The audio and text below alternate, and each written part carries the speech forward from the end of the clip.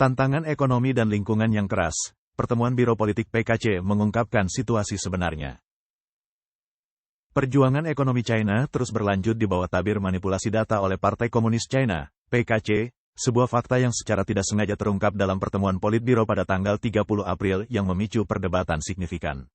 Dalam pertemuan tersebut, Politbiro dengan optimis menyatakan bahwa perekonomian sedang membaik dan membaik, namun diskusi tersebut juga mengungkapkan berbagai tantangan serius, termasuk lemahnya permintaan, tekanan dunia usaha, berbagai risiko laten, terganggunya aliran perekonomian internal, dan lingkungan internasional yang penuh tantangan.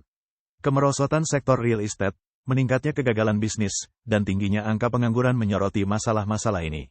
Daripada menerapkan strategi ekonomi baru, Politbiro lebih menekankan pada penerbitan obligasi khusus pemerintah jangka panjang dan mempercepat pemrosesan obligasi tujuan khusus sebagai stabilisator sementara. Mantan analis sekuritas Yang Single mengkritik pernyataan resmi yang terlalu positif tersebut, dengan menunjukkan bahwa kesehatan ekonomi real lebih baik ditunjukkan oleh tingkat pengangguran dan manfaat nyata bagi masyarakat, yang saat ini tidak ada.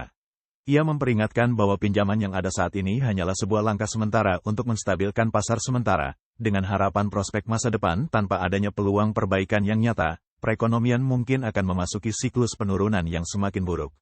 Sementara itu, Qing Shiguang, seorang pakar politik dan ekonomi, menjelaskan bahwa strategi keuangan yang saat ini digunakan oleh Partai Komunis China bertujuan untuk menunda risiko-risiko yang akan terjadi dengan memanipulasi instrumen utang melalui kebijakan inflasi. Pendekatan ini memungkinkan mereka untuk menunda penyelesaian kewajiban ekonomi sambil tetap mengorganisir kebijakan ekonomi yang lebih baik.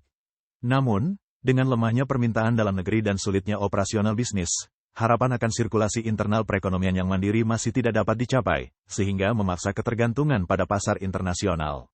Ketergantungan ini, ditambah dengan kritik internasional terhadap dumping kapasitas yang dilakukan China, memperburuk masalah ekonomi eksternal China.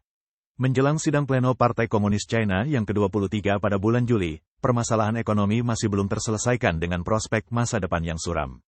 Qing Shiguang mencatat bahwa PKC paling tidak memprioritaskan kesejahteraan masyarakat. Dengan mempertimbangkan pandangan mereka mengenai warga negara hanya sebagai sumber daya atau aset yang bisa dimanfaatkan, saya percaya bahwa sebuah skenario yang telah disebutkan sebelumnya dapat terjadi, keruntuhan menyeluruh di berbagai industri dan sektor.